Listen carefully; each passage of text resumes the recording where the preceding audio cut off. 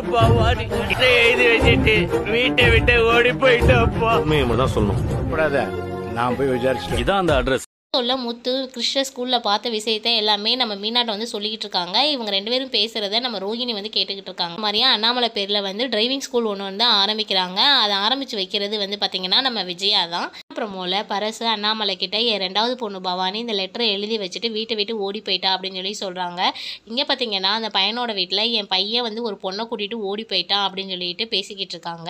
இங்கே முத்துவும் மீனாவும் அந்த பொண்ணை பற்றி விசாரிக்கிறாங்க. பவானி வந்து ஒரு பையனை லவ் பண்ணான்ல, அதை பற்றி சொல்லு, உண்மையை மட்டும்தான் நீ சொல்லணும் அப்படின்னு சொல்லி கேட்டுட்ருக்காங்க. அந்த பொண்ணு வந்து உண்மையெல்லாம் சொல்கிறாங்க.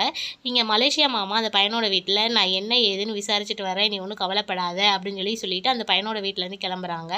கிளம்பி அந்த பொண்ணோட வீட்டுக்கு வராங்க. அங்கே பார்த்தீங்கன்னா நம்ம முத்துவும் மீனாவும் இருக்கிறாங்க. நீங்கள் கேட்ட அட்ரஸ் வந்து இதுதான் அப்படின்னு சொல்லி அந்த ஆட்டோக்காரங்களும் சொல்கிறாங்க. நம்ம மலேசியா மாமா முத்து மீனா கிட்ட இப்போ மாட்டிப்பாங்களா இல்லையானா அடுத்த ஒரு எபிசோடுகளை நம்ம ஃபுல்லாக பார்த்து தெரிஞ்சுக்கலாம்.